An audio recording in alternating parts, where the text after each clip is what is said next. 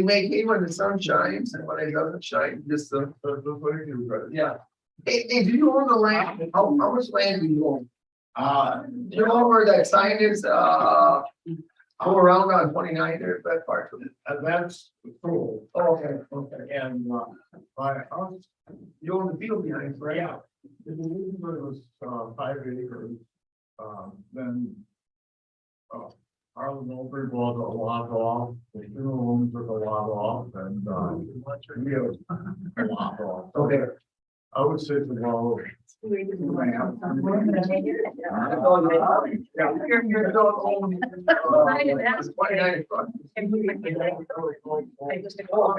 Oh, now.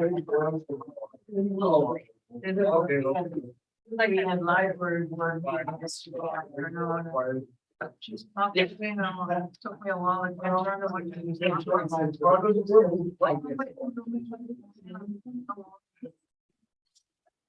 I don't know about the standards, I don't know if we like to. True.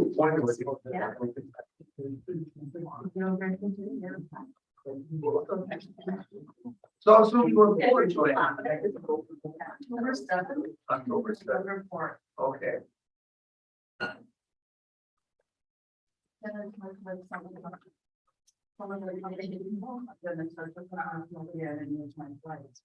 Okay. You want to do something that's one of them. We're off on this. Otherwise, they are working. Super, super. Yeah. You talked to the Jersey's or some East I Crockett? didn't talk to. To learn some I sports? have one page sheet of Polish and I have a page chart. And then it's one of our here. Some of our translators for sure is of Ukrainian referee. That's what we translate. Okay. Yeah. Okay. Okay, well, let's, here, let us get one on the meeting. Yeah, I need approval of the agenda and the minutes from the last meeting. Jim makes motion, is there a second? Second, all in favor, say aye. Aye. Opposed, hearing none, they are approved. Public comment, there is no one here from the public, so we'll move on to approval of contracts. Alyssa? Yep, so we just have the one contract Bay Area Behavior Consulting. That is a provider out of West Lebanon, looking to use that provider in children's long-term support. The service code is the family or unpaid caregiver supports. Bay Area Consulting, the program mission is to help assist with chronic and severe problem behavior in children with autism or other special needs. So there, the individual works directly with the parents to help build plans to support the children in the community. Could I get a motion to approve that contract? I make a motion to approve. Okay, Julie, Joanne second, all in favor, say aye. Aye. Opposed, hearing none, contract is approved. Unit report. Yep, that's me. So I was going to present this morning on the Birth to Free program. We have some changes happening in that program, so I thought it was ideal to highlight Birth to 3 today. I was reflecting on this morning and I thought, man, DHS did a nice job of picking a title for this program. It does a good job describing, at least who it's serving. So we have littles from birth up until the age of 3 who are served in the Birth to 3 program. The Birth to 3 program is a mandated statewide program that serves families with children, of course, under the age of 3 who have developmental delays or disabilities. The Birth to 3 program is an early intervention special education program. Early intervention is a term used for services and supports for babies and young children and their families. The Birth to 3 program knows that the child's first and most important relationships are with their family. So the services are facilitated in the child's natural environment, which can be, of course, at home or at grandparents' home, childcare, anything like that. The Birth to 3 program includes a team of professionals that works with the child and their family. And the services support the child's development and growth. It also works to improve the family's level of knowledge, skills, and abilities. As a part of the Birth to 3 program, Families have an individualized family support plan, which helps meet the unique needs of the family and the child. The plan is built to support the family's daily routines and activities, both at home and in the community. And it reflects the support received by the professional service providers. Some of the service providers include speech therapists, occupational therapists, physical therapists, and they all have a service coordinator, which is an employee in their human services. I'm going to attempt to share a short video that captures what early intervention is. I'm going to preface it by saying it's really geared towards parents, not necessarily human services committee members. But it just does a nice job of capturing what the program's goals are like. The video is facilitated by Allen County Board of Developmental Disabilities in Ohio. So of course, it's different than what we have here in Wisconsin, but some of the concepts are very similar. So let's give this a shot.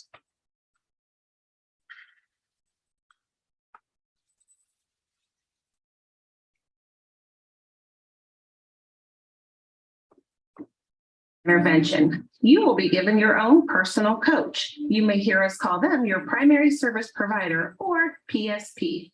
Their job is to lead the team to success. The team is you and your family. Success in early intervention is reaching the goals or outcomes that you determined are important to your family. On your team, we have an occupational therapist, physical therapist, speech pathologist, developmental specialist, and a service coordinator. The PSP is matched with your family based on your needs. Your team meets weekly so they can share progress and consult for continuing ideas and strategies. Early intervention services are provided in your child's natural environment. This can be in your home, in a grandparent's home, in a library, in a daycare. The possibilities are endless. Together, during our visits, we will talk about what your family enjoys doing together, as well as the challenging times. We will try things together to help your child take part in family routines, such as mealtime, bath time, and even grocery shopping. You are the most important person in your child's life. There is no one who will have more of an impact on your child than you. That is why in early intervention, together we come up with ideas to play with your child to help your family reach your goals. What should you expect during our visit? During our visit, you will be the key player. We come in your home or other locations. We will talk about how your week went and the things that went well or maybe not so well, focusing on your child's development and family routines. We will come out with ways to try new things or build on what worked. Simple ways to make your visit successful. Your child should be awake. Please turn off the TV. Please put pets away or in a different area. We love animals too, but we want to focus on your child. Please put your cell phones away. This will allow you to focus on your child and what is more important than that. By now you have learned a lot.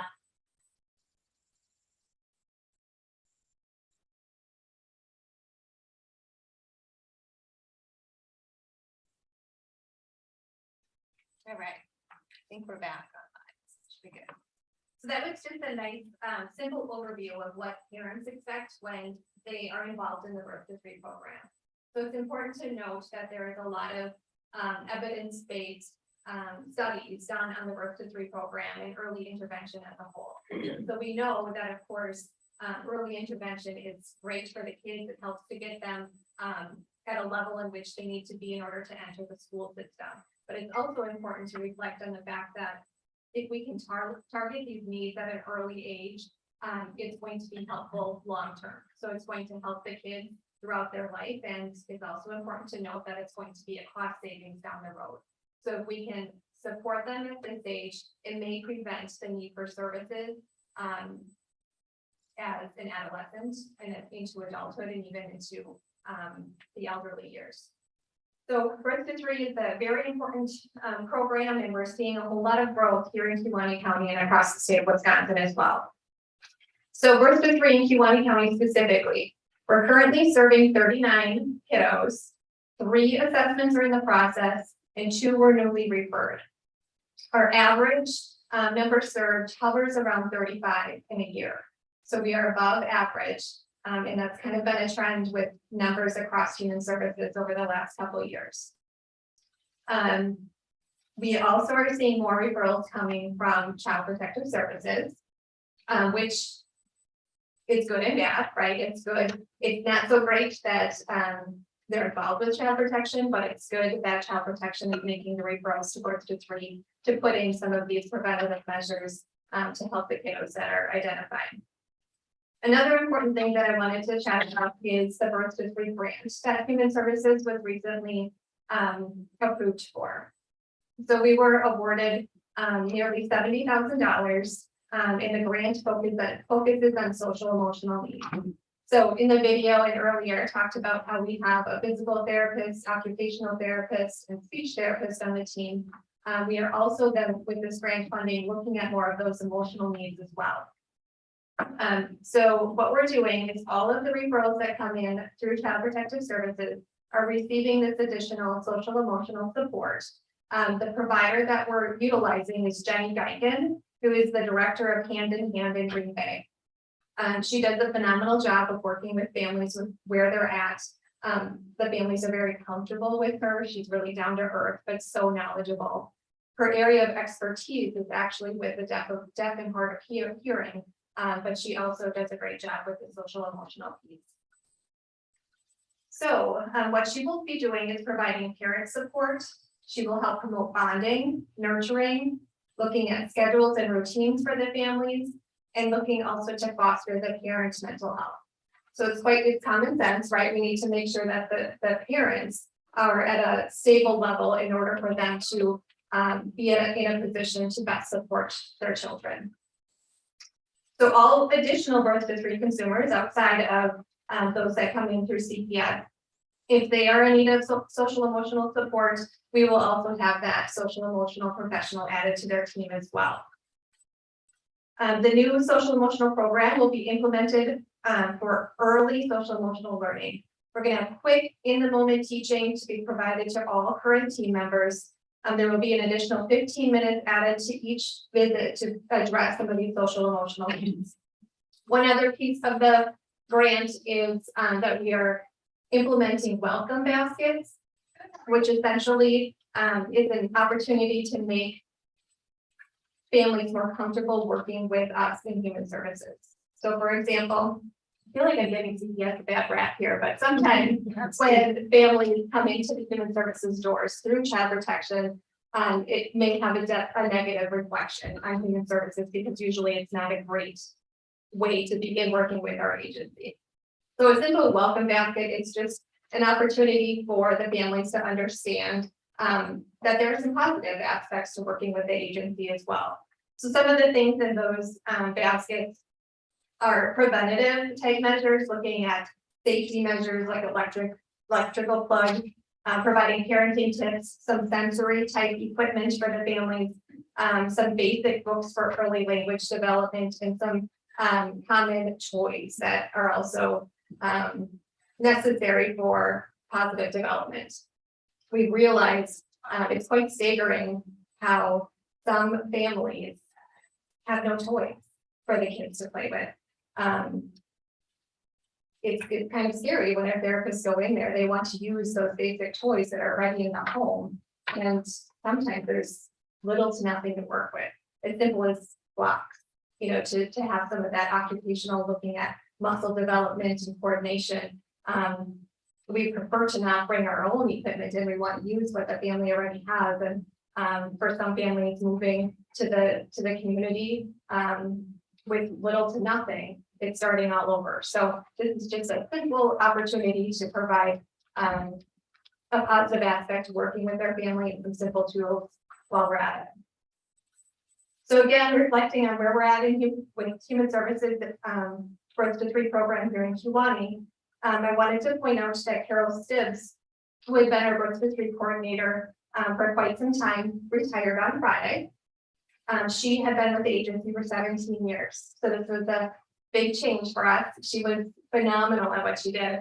And she was our only Birth to 3 coordinator. So that always makes it difficult when we have a transition. Luckily, though, Tina Paro, who had been working in the Children's Long-Term Support Program for some time with our agency, had interest in moving into that Birth to 3 role. So she officially started this past Monday. But there was a little bit of an overlap and opportunity there for Tina to shadow, Carol for some time and learn the ins and outs of the program, which was wonderful.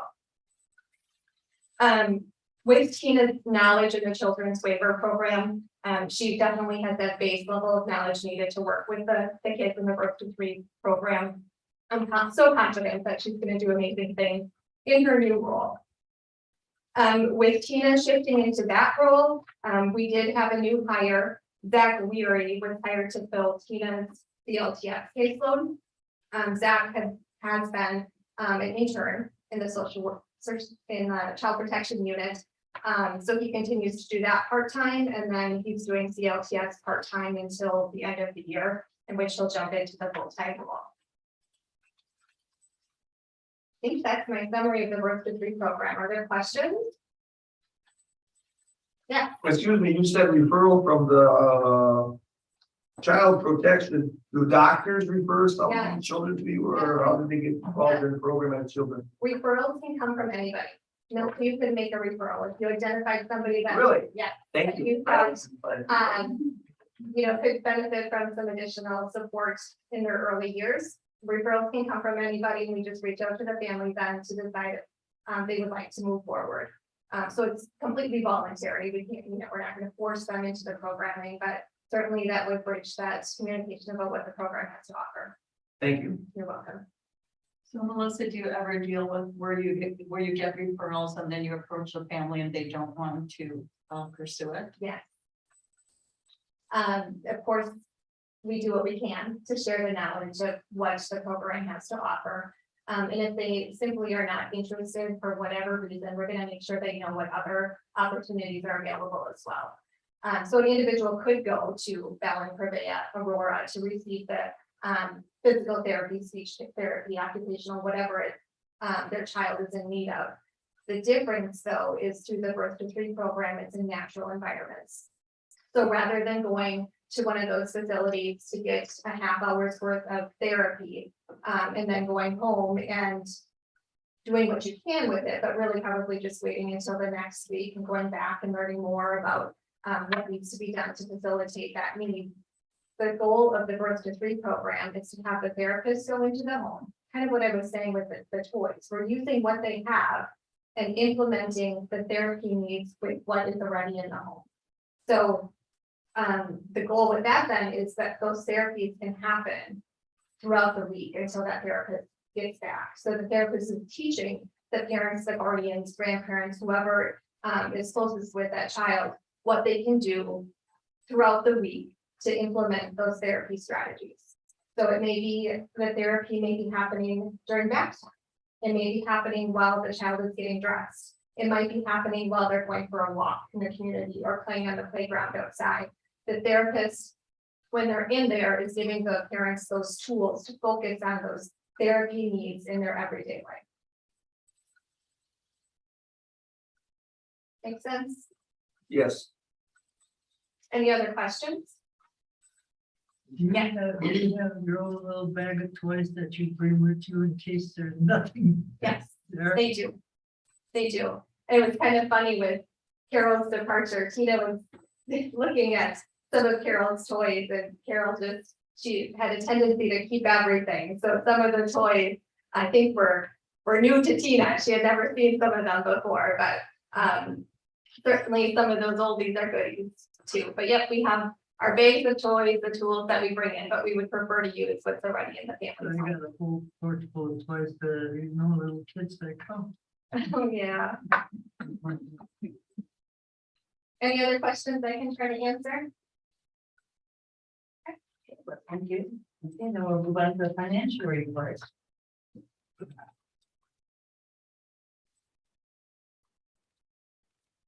I'm here.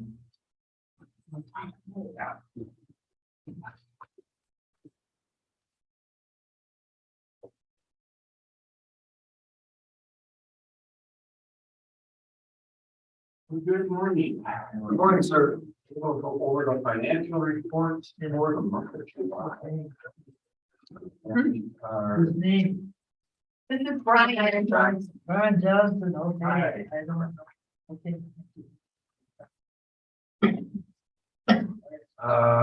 Looking at some reports for July, starting with the billing report, we got, so far for July, we ended up with about 244,000 bills out. August, we are already at 192. Year to date, that puts us at 1,918,000 with an average of 200, almost 240,000 a month billing out. We could be in around 2,870 some thousand. Compared to last year, we're running a little bit below about 1.2%. So we're hoping that the next 4 months are get us back up to where we are. Next, we go into the state aid report. These are the funds for DCF and DHS that we get in. Cars are DHS reporting. We have reported 815,000 through July. We've received 708 through June. And we're starting to see some of our ECH money or our bigger money coming in for that program. So we're at 86% of revenues coming in. But that will taper off as we met part of our allocation goal. Throughout the next 4 or 5 months, we'll see that taper off dramatically. We'll get much less as the year goes on as expected. For Sparks at the DCF program, we have claimed 636,000. We've taken in 280. They're a little bit slower at releasing their money, but we should start seeing their money coming in the next month or two. And most of the other, again, most of the other programs are the allocation. We've met most of them. So we'll see that number kind of trail off throughout the end of the year too. Income maintenance, we have filled out 180,000 and we've taken in 150, and we're at the threshold where we have maxed out the state obligations or amounts, but we will continue to receive 50% of everything we claim through the federal programs. And then we have FAR, which is stable. Moving on to our contract status report. This is through August. This is really the July expenses. We have a couple vendors that are on the watch list and the red over on the far right. Kind of move us up so we could all see it this month. And I know that if we need to do an addendum, we will. So far, we have spent about 14% of our budgeted amount, and again, we will never spend 100%. So even though we have 5.8 million in contracts out there, we'll be likely to get about 30% of that. Brian, the one that is so much over, when the consulting, who is that? Which one are you looking at? You have one that's in red at 62,914, looks like living. That could be, so well, right now, they're still within at 36,000. They have a $55,000 contract. If they stay on the case, they potentially could be at 62,000. So Who is that? I believe it's a CPS. yeah, Mental health provider, that is being used more than intended because perhaps other providers have dropped off. so if we do see more, if we do exceed that amount, we will have an addendum then for later in the year. Going to the vendor payments, we have paid out 230,000 in the month of August. And these are July expenses. The ones we know we have paid Toledo Institute 42,000. Again, that is the placement in lacrosse for our I have a question. Why was there a picnic table purchase? That was purchased, with the, part of the,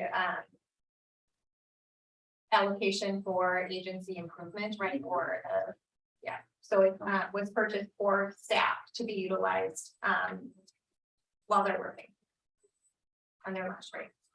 And it was money from where? That was that was in the budget for, that we had budgeted for improvements within the agency. So we had a fund set up by Jeff last year that he had put into our budget, so we were able to tap into that. For agency improvement, I think some of the other things that were highlighted were, potentially replacing some of the chairs, like in the waiting room or, in the break room, things like that. So it's not outside. The picnic table is, but some of those other things have yet to be utilized. Is it a folding one that you can put inside for the winter? No, we worked with maintenance to find what they thought would be best, so that it would be easy for them to move when they're cutting the lawn and things like that. They wanted a metal one that would withstand the winters and that the water goes through, things like that. Any other questions on that? One of the other items noted for clinical data solutions, that we have to pay our $19,000 placement fee for maintenance fee for TCM. That's an annual payment once a year. The rest are just upgrades to the program throughout the year. So otherwise, nothing too major expensive that we would. And again, the credit cards are. The men are.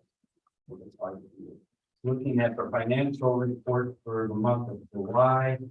7 months, we are at our goal is 50.3%. Again, these numbers are the actual expenses and revenues and expenses that we are going on for July. So every kind of report for you.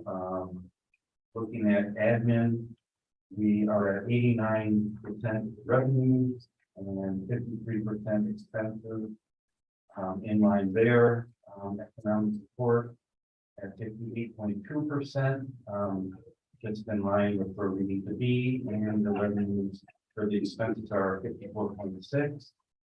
Again, when child and children and youth, our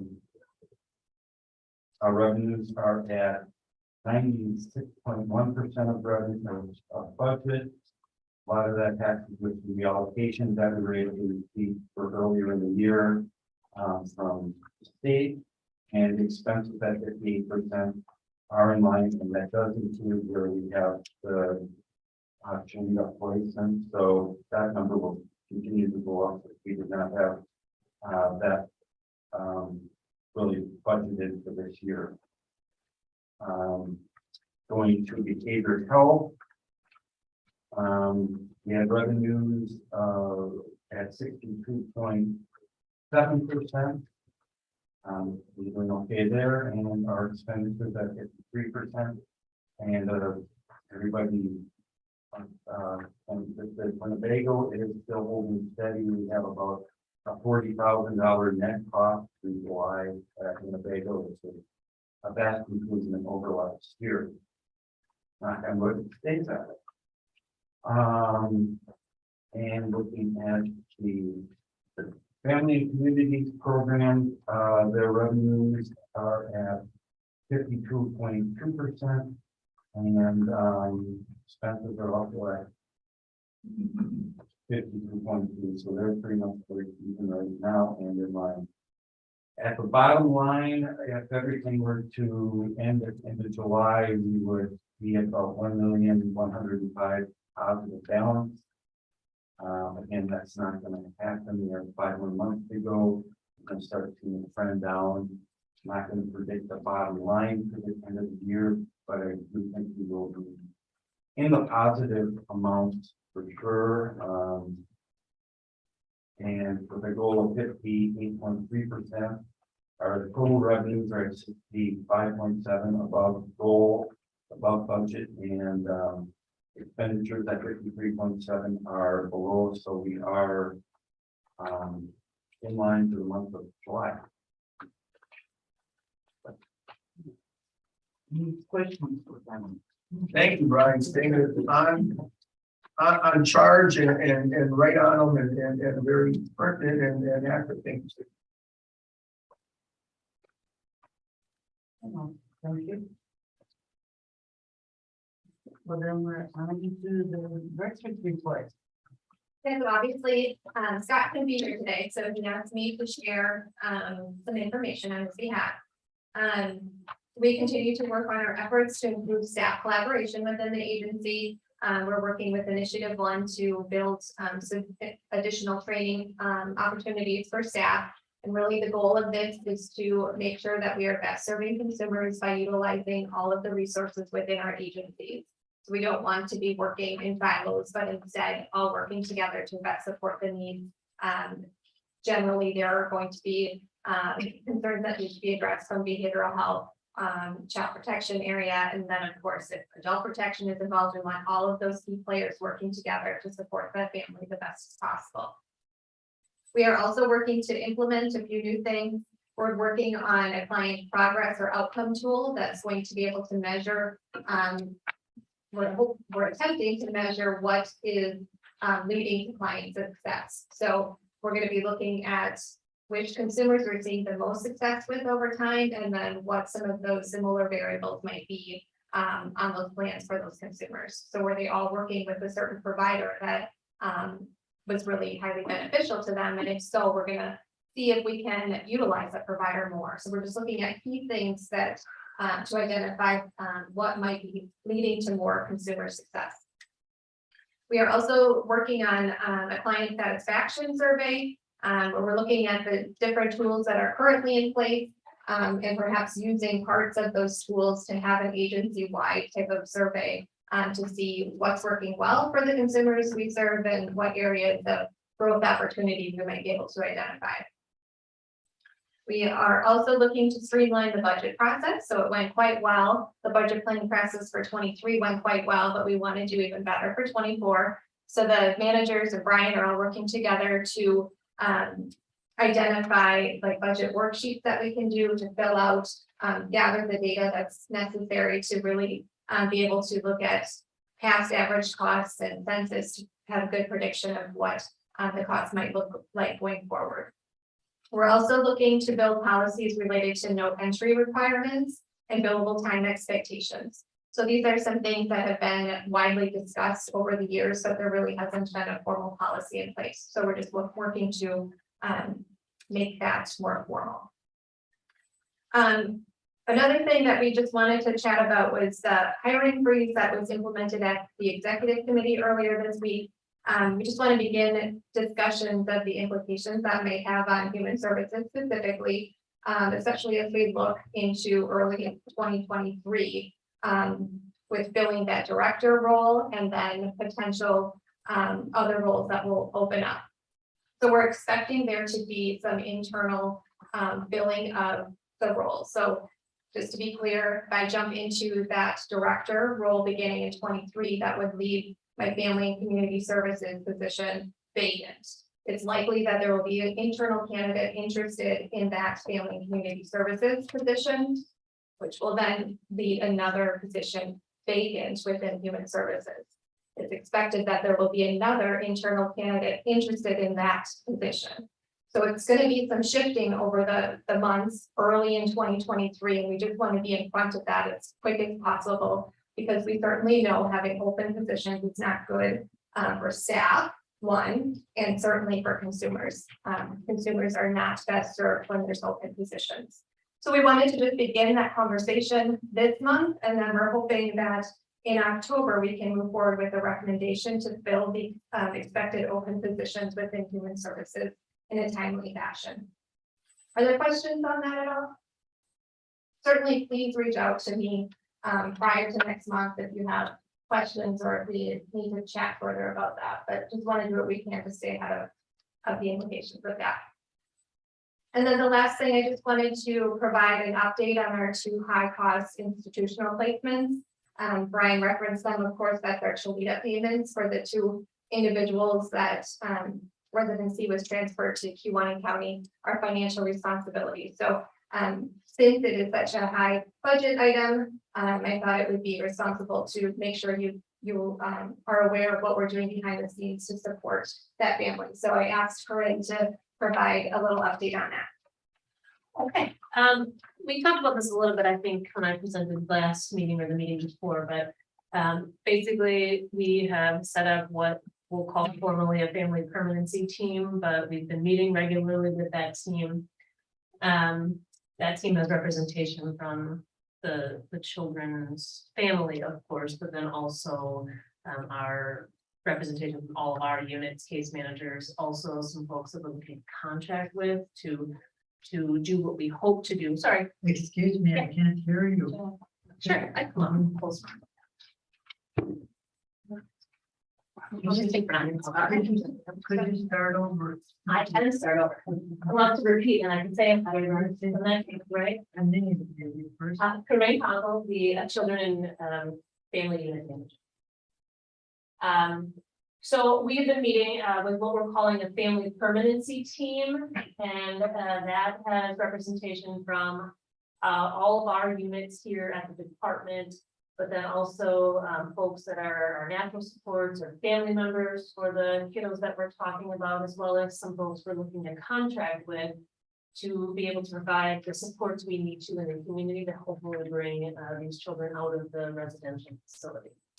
We've been able to highlight hopeful parental placement for these children, and we're looking, I'm oversimplifying here, but we're looking to basically provide the supports at an institutional level in the home of the parents and, you know, the community here in our community. That's an oversimplification. That is a significant undertaking when it comes to procuring the services. Who's going to do that and be able to do that at the rate that we need it done? Scheduling, planning, you know, safety risks, all of those things will take some time. I do think, though, that we have a realistic, hopeful, you know, I might change those words based on the day and the time of day, but at least a semi-realistic plan to have these children hopefully back in our community sometime by the end of the year or beginning of next year. You know, that's obviously based on human variables, as I always say when I'm speaking to you guys. We don't control what happens and how things behave, but if things go the way that we are expecting and we're able to give what we need and put the services and plans in place, I think it's realistic to look at bringing them home and back to this community with reimbursable services. Obviously, my most important thing is bringing them back to the parents or caregivers and not in an institution. A close second to that, I suppose, is having them function with reimbursable services as opposed to the residential care costs that are high and not reimbursable right now. Do you want me to mention that we're about to embark on another? I've mentioned it, so I'm just going to keep going with it. Well, this is moving in a positive direction. We have also begun working with another family regarding a youth justice placement that at this point is going to also be a residential placement. We are, though, using this same model to make sure that is as short as it can possibly be, and that we're able to bring that child as well from the institution back into the community with the appropriate level of services. So I'm hopeful about this one. I'm going to be realistic in that we will be having another institutional line item cost, so to speak, in our expenses. Questions? Yes. Go ahead. Are the first 2 children there from the same family? Well, yes, those 2 are from, yeah, there's a, And what ages are those? oh, 10 and 12. they age on me, but I always think that the younger they're getting older. Do the families want to have them at home, or the families who? Yes. Okay. So just a couple of things. I know after our last meeting, I talked to a couple of the committee members for insight as to how we can best support the two youth, the first two that Corinne had referenced. Please continue to think of resource options in the community, or if you know of individuals that could do amazing things with youth with special needs. We're highlighting autism here, so sensory struggles with communication, basic needs, supportive home care, personal cares, those types of things. We still are looking for opportunities or options for service providers, individuals in the community to support these youth. We are open to training, providing education, helping connect those individuals so that they can be reimbursed for their time. So they likely will be placed with their family, but we are bringing in huge amount of support to keep them stable in the community. With that being said, I just want to reflect on the Children's Waiver Program again. So you've heard me talk about Children's Waiver, the LTS program. Just want to take a moment to reflect on what that program is. The purpose of the Children's Long-Term Support Program is to do what we're doing in this case. It wasn't that long ago that we had a lot of youth in institutional settings, right? It just wasn't, it's horrible to think, but they weren't welcomed in the community. And people didn't think that individuals, youth with special needs, could be supported in the community. So it was common practice for them to go and stay in institutions. We know that's not okay. So of course, there's been programming in place to help bring those individuals back into the community and support them in the community setting. That's what we're going to do, is utilize that children's waiver programming and funding to support these youth in the community by providing a huge amount of respite and supportive home care, personal care support, help them with mentoring. There's lots of service options to help them settle into the community. Make sense? Then I'm assuming that, you know, the other family members, I know a child in another county who gets help, and it's phenomenal the amount of people that come into the home. And I know the stress that it is on the other family members. So I'm assuming that they're maybe in programs too. And I just really want to applaud you guys, because I know from witnessing this one child that gets all this help, the phenomenal amount of time put into just one family. You know, that can be like, just one family can be like a full-time job, you know. I So, think that's very insightful of you, first of all, Joanne, because you're right, that has been a big part of our discussion. There are other siblings in this family system that we need to make sure are supported and remain stable throughout this as well. But on another note, some of you on this committee have real life experience with it. And unless you have that real life experience, it's hard to explain the amount of stress and work, effort that goes into supporting youth with special needs in the community. It can be a really positive thing for sure. It can be a blessing, but it's a lot. Anything else? Well, I have Any other questions for them? I have questions for Melissa, so are you ready for that? Yep. Okay, Okay, okay, Melissa. You touched on one of them, executive committee hit on 2 topics that were discussed. Number 1, the hiring freeze, which you addressed already. The second is, we're gonna call it alternative work sites / working from home. So fill me in, we talked about it in other committee meetings. Where does human services fit into this? Yeah, so human services was a unique variable in all of this discussion. So some of you I know have been with the Human Services Committee for a long time, and you recall that huge transition we went through in which we transitioned adults with disabilities over to family care. So there was the family care transition is what we referenced. Through that process, we had a huge amount of staff turnover. Positions were eased because those positions were no longer needed. It was around that same time this building was being established. So there were staff members coming from Seal Street over here. And if you recall, there wasn't enough space for everybody because family care got delayed. So I believe during that process, that's when Human Services moved forward with creating the telework policy, the alternate work site policy. So Human Services has been utilizing alternate work site, not consistently, but for many years. And it's worked very well for Human Services. There are a few staff members that do utilize it regular. Our economic support staff work virtually because again, we were short on having space for them. Outside of economic support, generally how it is utilized is just for a couple hours at a time. So for example, our case managers are out and about in the community all of the time throughout the day. They're doing home visits, they are doing investigations, they are visiting schools, working with law enforcement. And for example, they may have an appointment that ends at 2:30 on Wednesday, and it's all the way out in Dykesville.